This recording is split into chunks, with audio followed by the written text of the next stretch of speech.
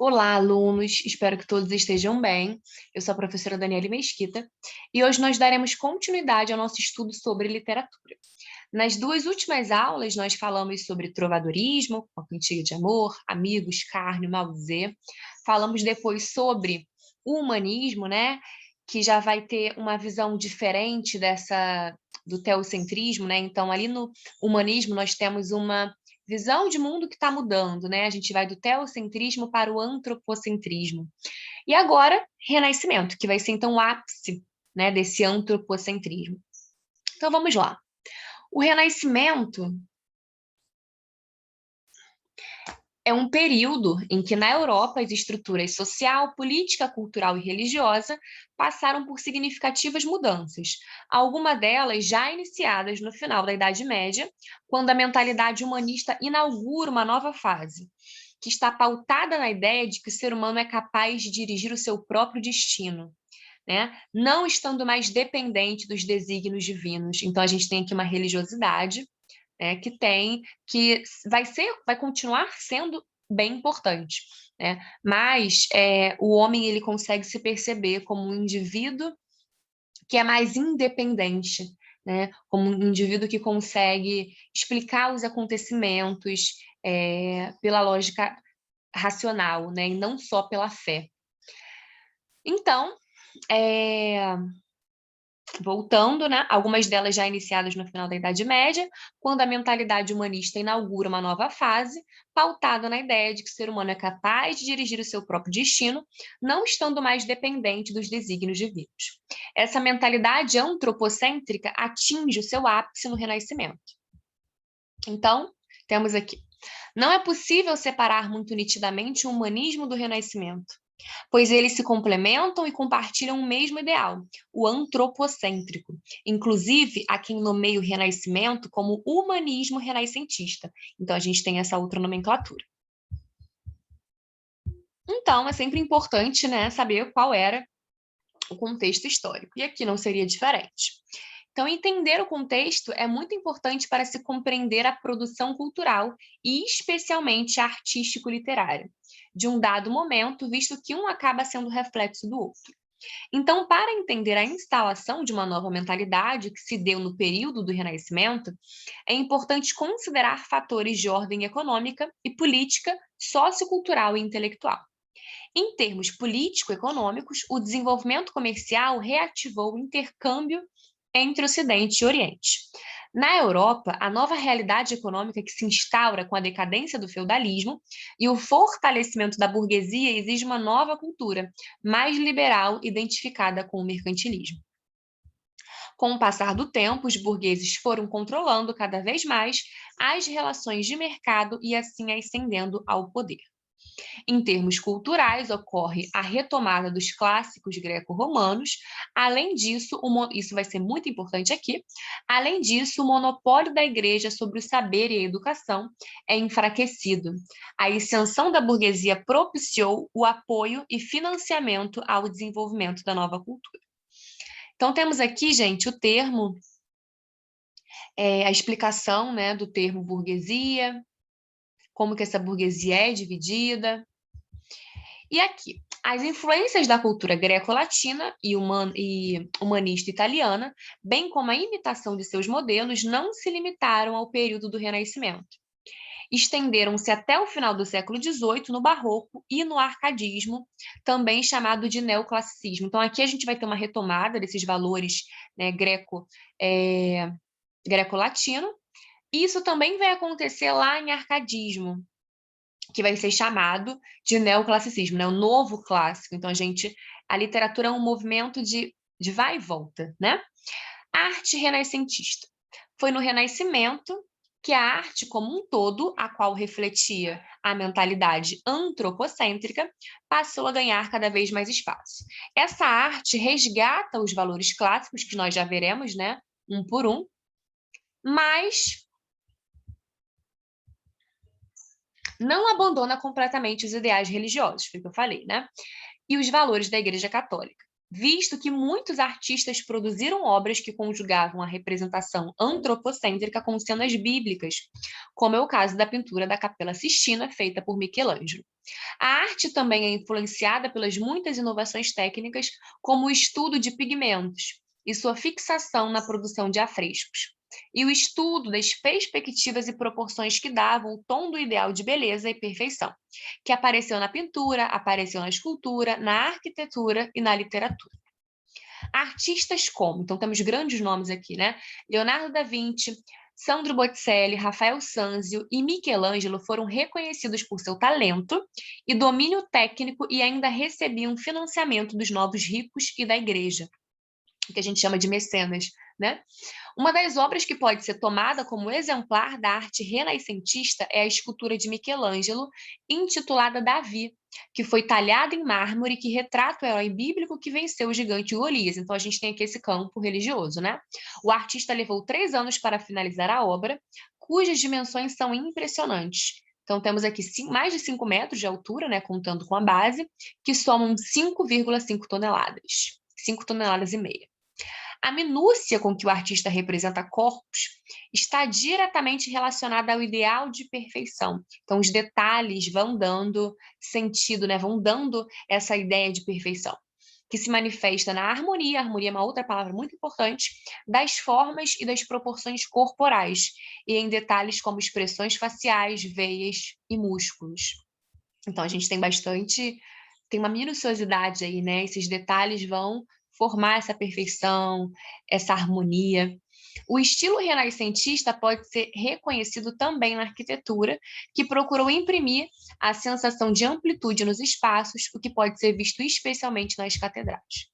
Então, temos aqui classicismo, a literatura renascentista. Classicismo é o modo como se identifica a literatura produzida durante os séculos XV e XVI, cuja principal característica é a retomada dos modelos da Antiguidade Clássica greco-romana, século V e VI a.C.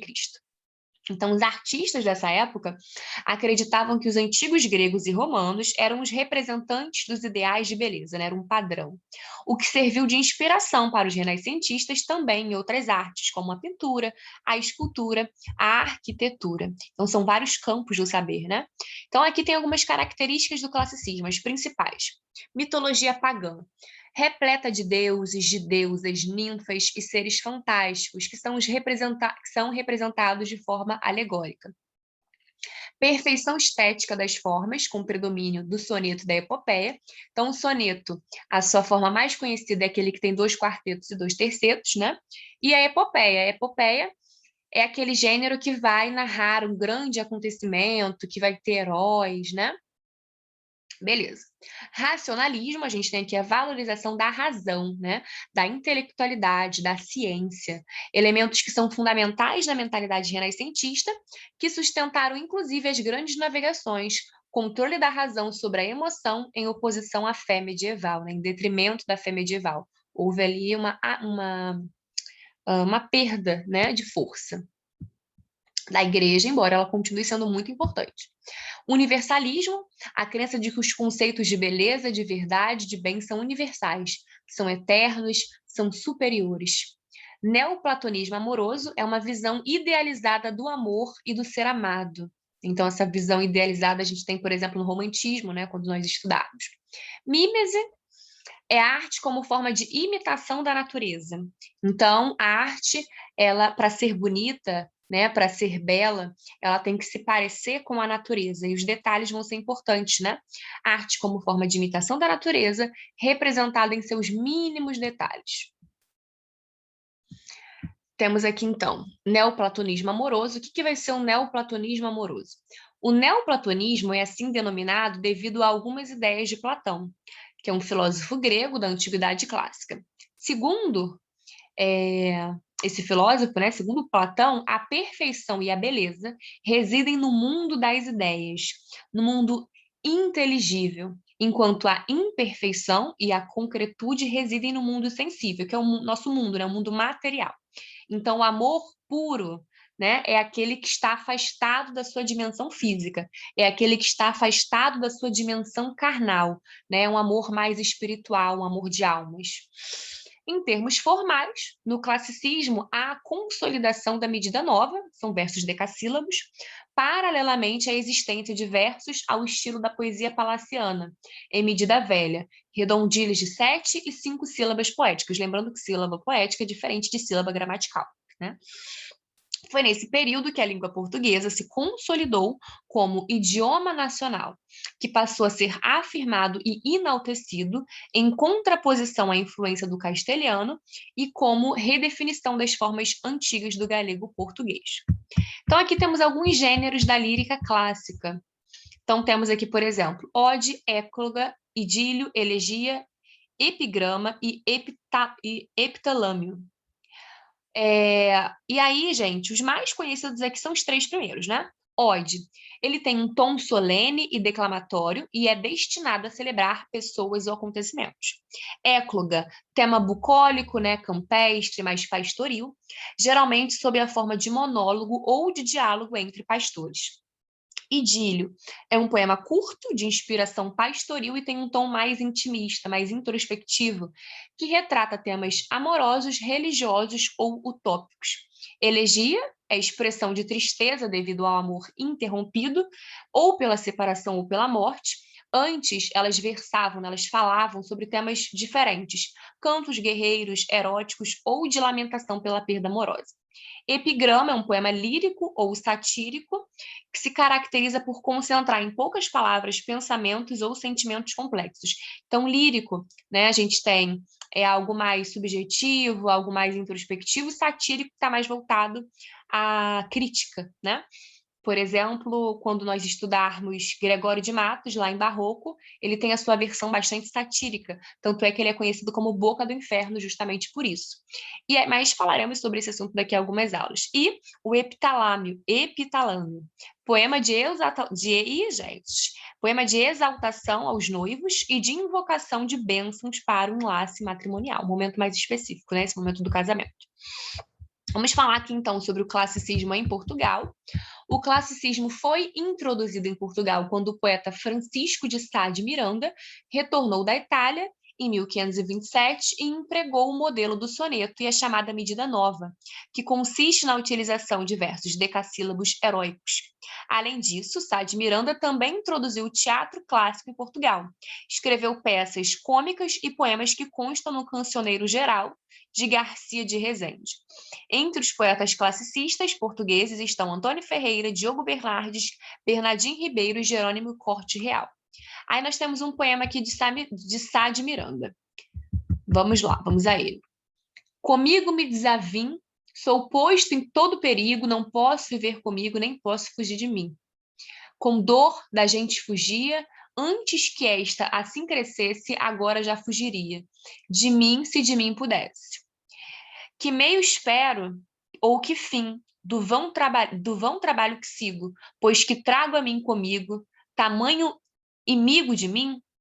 Então, aqui, esse poema está retratando, né, essa vontade de fugir de si mesmo. Vamos lá agora. Vamos falar sobre o grande Camões, né, gente? Camões, esse poeta que é consagradíssimo, beleza? Então, vamos lá. Luís Vaz de Camões é considerado o maior poeta da literatura portuguesa e produziu poemas líricos além do épico, que se tornou uma das maiores obras da literatura universal, os Lusíadas. A sua biografia é permeada de dúvidas e imprecisões. Sabe-se que ele teria frequentado a Universidade de Coimbra e servido como militar no norte da África, em cujo combate perdeu o olho direito. A maioria das representações de sua imagem destacam esse detalhe, né? Mostram que ele teria perdido esse olho. Ele viveu em diversos lugares, em Lisboa frequentava a corte, mas por agredir um oficial do rei, ele foi preso e permaneceu encarcerado por um ano. Depois disso, ele passou no exílio grande parte do resto de sua vida, chegando a morar em Macau, uma colônia portuguesa na China. Em várias outras colônias portuguesas na África. O poeta retornou a Portugal após a morte do rei Dom João, por volta de 1570. 2 anos mais tarde, aconteceu a primeira publicação do poema Os Lusíadas, que é uma obra que faz parte da literatura universal, né? Que ele dedicou a D. Sebastião, rei de Portugal. E aqui nós temos a lírica camoniana. né? O Camões, ele é um poeta que tem várias facetas. Vamos lá. Então, resgatando temas e estruturas dos clássicos, Camões produz uma lírica poderosa com textos que apresentam uma herança da tradicional poesia portuguesa, escritos em redondilhas maiores e menores, e também no doce estilo novo do Renascimento, como sonetos, elegias, ódios, canções, éclogas, oitavas rimas, sextinas, tercetos, mas sem dúvida os sonetos foram os que ficaram mais famosos, né? Os sonetos de Camões.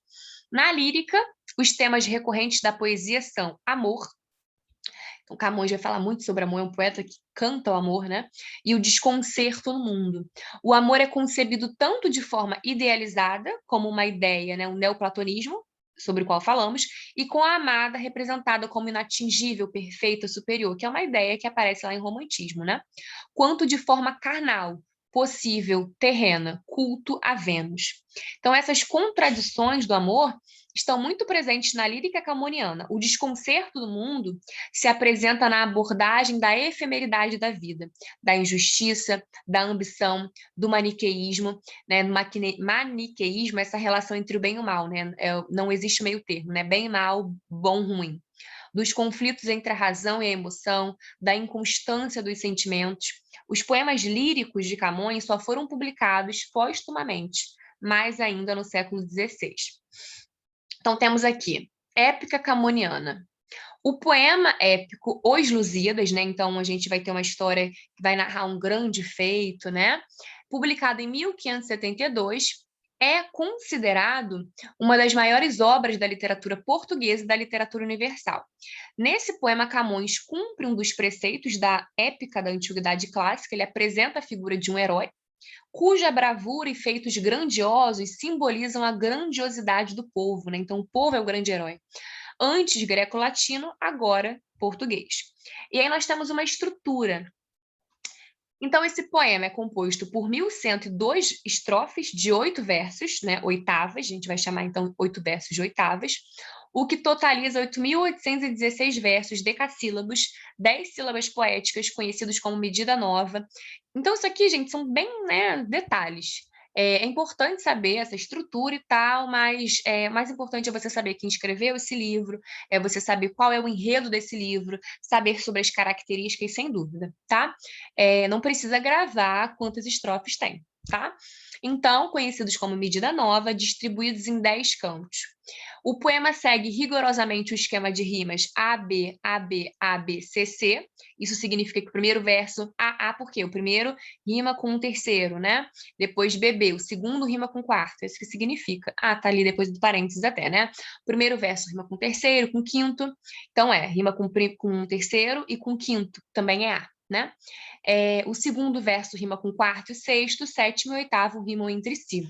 Além de rimas internas, que colaboram com a construção da sonoridade, como as sonâncias e aliterações. Então, o que é a sonância? É repetição de sons vocálicos. A aliteração, repetição de sons consonantais. Vemos isso lá em figuras de linguagem, né?